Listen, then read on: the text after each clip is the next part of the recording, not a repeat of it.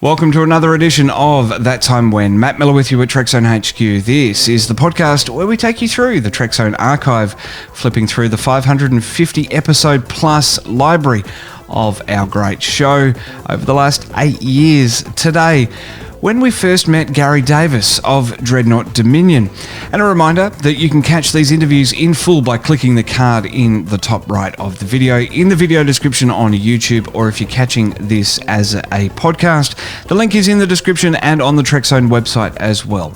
So today, that time when we first met Gary Davis. Taking you back through the library of Trekzone in a bite-sized podcast.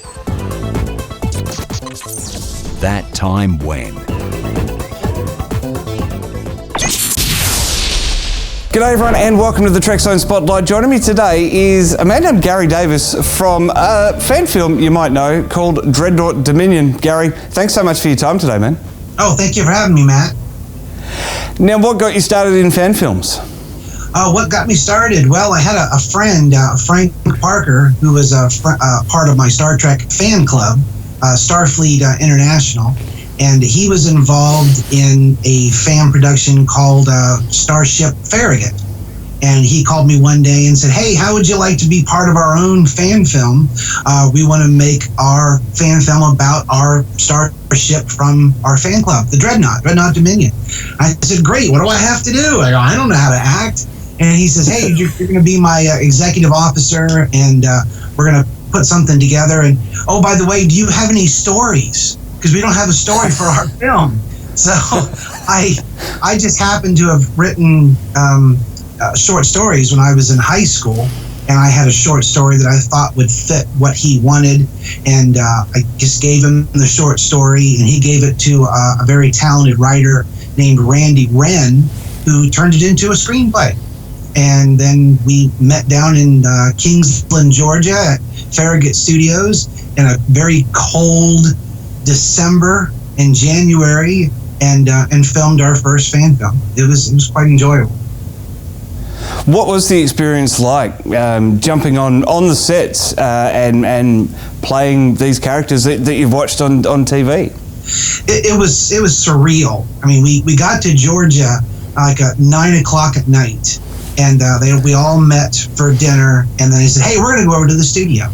And Mike Bednar, who was one of the principals in making that studio, he gave us the grand tour, and they opened up the door, and we walked into the corridor, and it was surreal to be on this set that you've watched so many times over the years, and it was like, oh.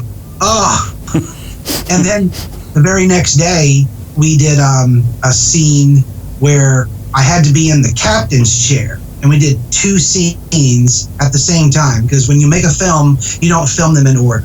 So we did 2 scenes that required me to be in the captain's chair, and I was in the chair for 6 hours.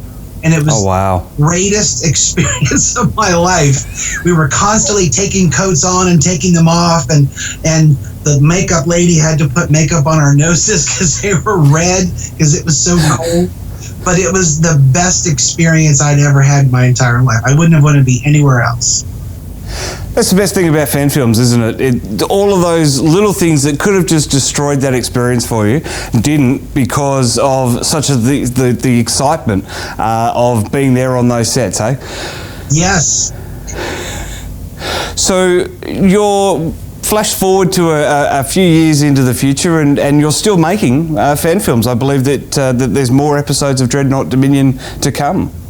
Yeah, after Farragut Studios became Star Trek Continues, and they closed the sets, we had to make do.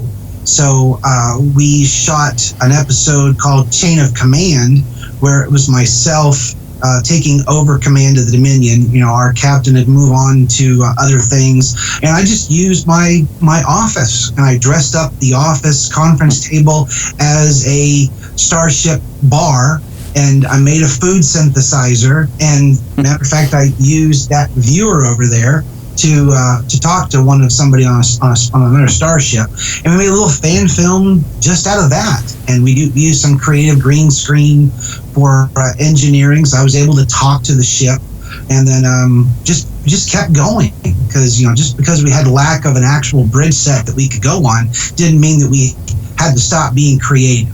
So we just kept it. And now we've just been patient. We've been looking at studios and looking at their availabilities, and we've got another episode of their Vignette coming up. We're hoping to get some studio time and shoot that. Are you watching us on YouTube? Click the link in the description to catch this interview in full now. Maybe you're listening to us on your favorite podcast app. Then beam over to our official watch page and click the link there.